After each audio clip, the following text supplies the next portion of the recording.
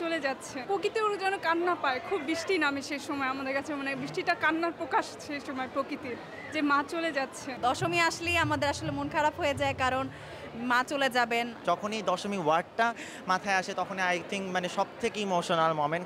বিসর্জনের ব্যাপারটা হচ্ছে, মা তো সন্তানের মধ্যে সবসময় থাকেন, এই যে 5টা দিন উনি আমাদের মর্তে ছিলেন, আমাদের খুব কাছে ছিলেন, এই জিনিসটা যে ফিলিংসটা, উনি চলে যাওয়ার কষ্টটা আসলে বলে প্রকাশ করা যায় না।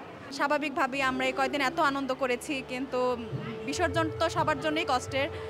তো ওই যে সব কষ্টের মধ্যে একটাই আশা থাকবে, আসছে বছর আবার হবে। বছর জুড়ে তো এটার জন্য অপেক্ষা করে থাকি একদম, তাই না? তো এই যে এখন মা চলে যাচ্ছে, পুরো ফেস্টিভ্যালটা শেষ হয়ে যাবে, সব মিলে একটু খারাপ তো লাগছে, কিন্তু আবার আসছে বছর আবার হবে, আবার আমরা একটু মজা করতে পারবো। কারণ আমরা এটা বলতে গেলে 365 সবসময় হয় না 365 দিন, বাট বলতে গেলে একটা বছরই আমরা ওয়েট করি জাস্ট এই পূজাটার জন্য। এবং এই পূজাটা বেস্ট আমাদের পুরো হোল, আমরা যদি বলি যে একটা বছরের মধ্যে সারা বছরের সব থেকে বেস্ট মোমেন্ট হয় এটা। তো সেই ক্ষেত্রে দশমীতে বিসর্জন মানেই হচ্ছে অনেক খারাপ লাগা, প্লাস আমাদের এই স্মৃতিগুলা, এবং এই স্মৃতিগুলা নিয়ে আগামী একটা বছর এইটা নিয়ে আমরা ওয়েট করি, এই স্মৃতিগুলা নিয়ে আমরা রিকল করতে পারি এবং বেঁচে থাকতে পারি। সেক্ষেত্রে আমার কাছে মনে হয় যে তাই আমাদের বাঙালিদের মধ্যে কিন্তু বলা হয়, যখন মা দুর্গার ধ্বনি দেওয়া হয় বড় দুর্গা মাইকি জয় বলার পর মাকে কিন্তু বলা হয় আসছে বছর আবার হবে বড় দুর্গা মাইকি জয়।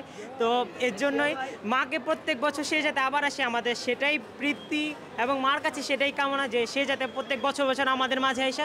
সেই 4 দিনের আনন্দ আমাদের যে কি আমাদের স্মৃতি যে কি ডেভেলপমেন্ট করে যায়, তো সেটার আর কোনো ভাষা থাকে না আমাদের মাঝে। পূজাটা ভালোই কেটেছে।